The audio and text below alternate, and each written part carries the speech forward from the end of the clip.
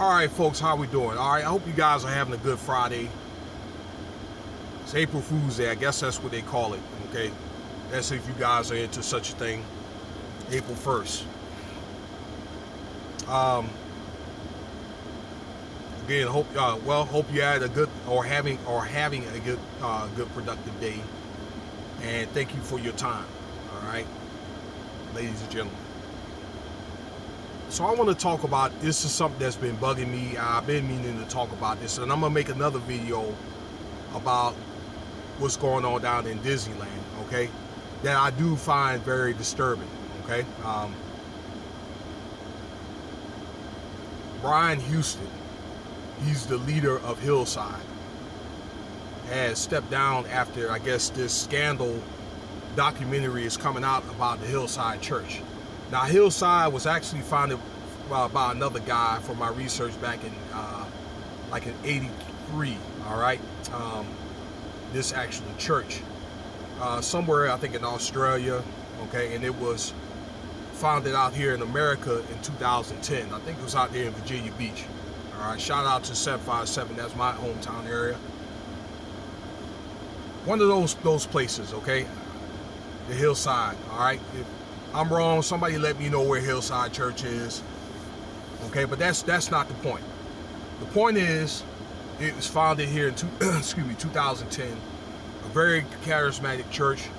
They played, different types of new wave music, and you had these very handsome, fit gentlemen.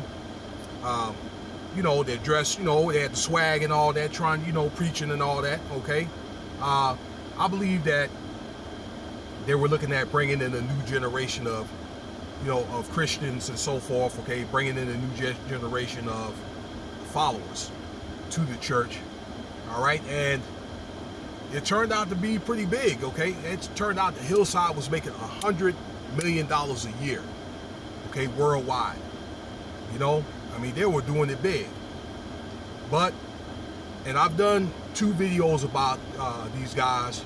Carl Lynch and this brother guy that got fired, all right, because of inappropriate relationships with women, for in the pastor job.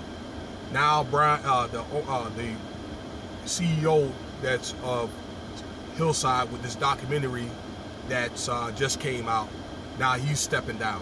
Okay, he's had several interviews about this matter, and I guess he probably got to a point to where with so much pressure with this church, I guess it caused a lot of controversy as well, because they make so much money. I guess he couldn't take it anymore. He probably figured it was his time just to step down. Probably a good thing that he did it while he's ahead, okay? And I think stuff rolls downhill, okay, because let's say if Lynch and the other brother was doing that type of stuff, then probably, more than likely that founder, okay, was probably, a player himself, all right, but he was probably just a little bit more low-key about it, all right, but it might have been one of the things that might just been to the best interest, and I'm glad he stepped down while he was probably ahead before he ended up being exposed, all right, and I'm not saying that, inappropriate relationships are the right thing to do, okay, especially in the church, but you have to treat this like a corporate entity. Damn it, you cannot do stuff like this. You can't. Now, especially in the church, all right? It is a divine place of learning. And I made several videos about inappropriate, especially with people in the positions of public trust, all right? That they're going to have to use a more discretion if they decide to go that route, all right, because they're going to be scrutinized more, all right. So, and yeah, there's plenty of people, all right, that have inappropriate relationships, swingers. I've known people that guys that have more than one woman, okay. I've known guys or whatever that's done that. Some are homos and bis, and a lot of guys, they get away. Okay, they do what they do for years, but I believe with the social media and all that, okay, it makes more people have a voice, and this stuff is going to end up coming out. What comes out Doesn't come out in the wash, it's going to come out in the rinse.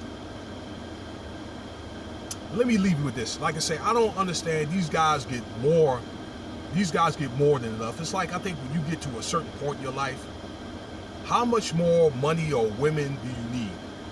And I think this is a result of putting,